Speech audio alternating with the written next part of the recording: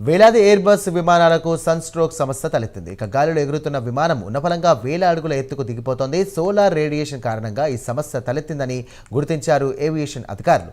ఈ సమస్య వేలాది విమానాలపై కూడా ప్రభావం చూపుతుంది. దాదాపు 6,000 విమానాలకు అత్యవసర సాఫ్ట్వేర్ అప్డేట్ అవసరమని ఎయిర్ బస్ ప్రకటించింది.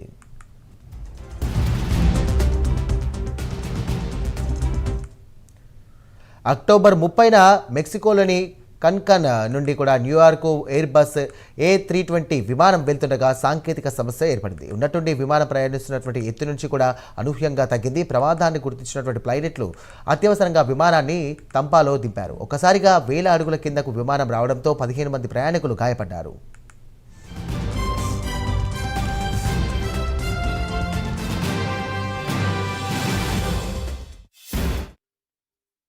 ఘటనపై ఫెడరల్ ఏవియేషన్ అడ్మినిస్ట్రేషన్ దర్యాప్తు చేపట్టింది. ఏవియేటర్ అండ్ ఎలిరాన్ కంప్యూటర్ వ్యవస్థలో మార్పులు జరిగాయని అధికారులు గుర్తించారు. దీనికి సోలార్ రేడియేషన్ కారణమని తెలియజేశారు. సూర్యుని నుండి విడుదలయ్యే శక్తివంతమైనటువంటి కణాలు విద్యుత్ అయస్కాంత తరంగాల ప్రవాహాన్ని సోలార్ రేడియేషన్ అంటారు. దీనివలన విమానాల్లో సమస్యలు ఎదురవుతాయి. ఇక సూర్యుని శక్తివంతమైనటువంటి కణాలు A320 విమానాలు కూడా దెబ్బతీయడంతో దాదాపు 6,000 విమానాలకు సాఫ్ట్వేర్ అప్డేట్ అవసరమని అధికారులు గుర్తించారు.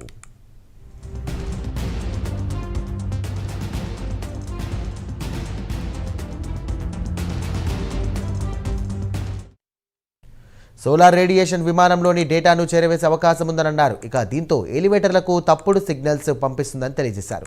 దీనివలన తోక భాగం నియంత్రణ కోల్పోయే అవకాశం ఉందని, అలాగే ఎయిర్ బస్ విమానాలకు ఉపయోగిస్తున్నటువంటి దేశాలకు ఎమర్జెన్సీ అలర్ట్లు కూడా జారీ అయ్యాయి.